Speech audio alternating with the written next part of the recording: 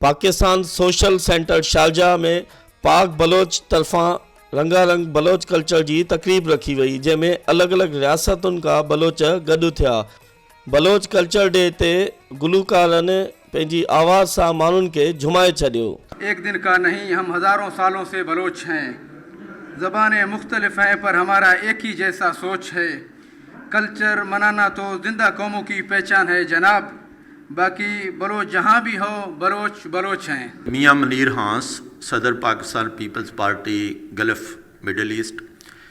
आज जो बलूचिस्तान का दिन है, बलोच कल्चर डे, मैं उसमें शामिल होने के साथ मैं सबको मुबारकबाद देता हूँ जितने हमारे बलोच भाई हैं। पूरी दुनिया वांगुर बलोच कल्चर डे मुत्तहिदा अरब अमारात में ॾाढो शान शौकत सां सेलिब्रेट कयो वियो।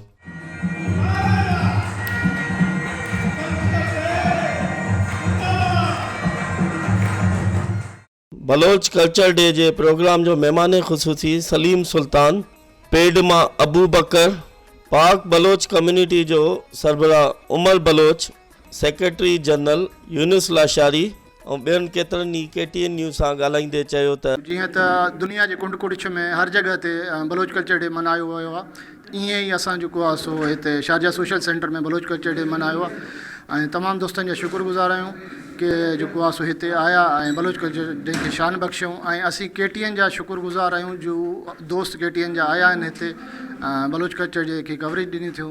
बड़ी मेहरबानी, थैंक यू सर। जी तो माशाल्लाह पूरे पाकिस्तान में पूरी दुनिया में जेके वसंदड़ बलोच आहिनि उनजो कल्चर ॾींहुं माशाल्लाह मल्हायो वियो। ऐं जीअं शारजाह में माशाल्लाह कल्चर ॾींहुं प्रोग्राम मुनक़द कयो वियो शारजाह सोशल सेंटर में, जिते पूरा बलोच गॾिजा ऐं माशाल्लाह असांखे KTN ऐं सिंधी वारनि माशाल्लाह KTN जिंदाबाद। मेहरबानी। सबसे पहले तो अस्सलाम वालेकुम तमाम दोस्तों को, पाकिस्तान जिंदाबाद। और बलोच कल्चर डे मनाने का मकसद हमारा ये है कि बलोच यहाँ पे अपना सकाफ़ती जो प्रोग्राम पेश करना को उजागर करना है।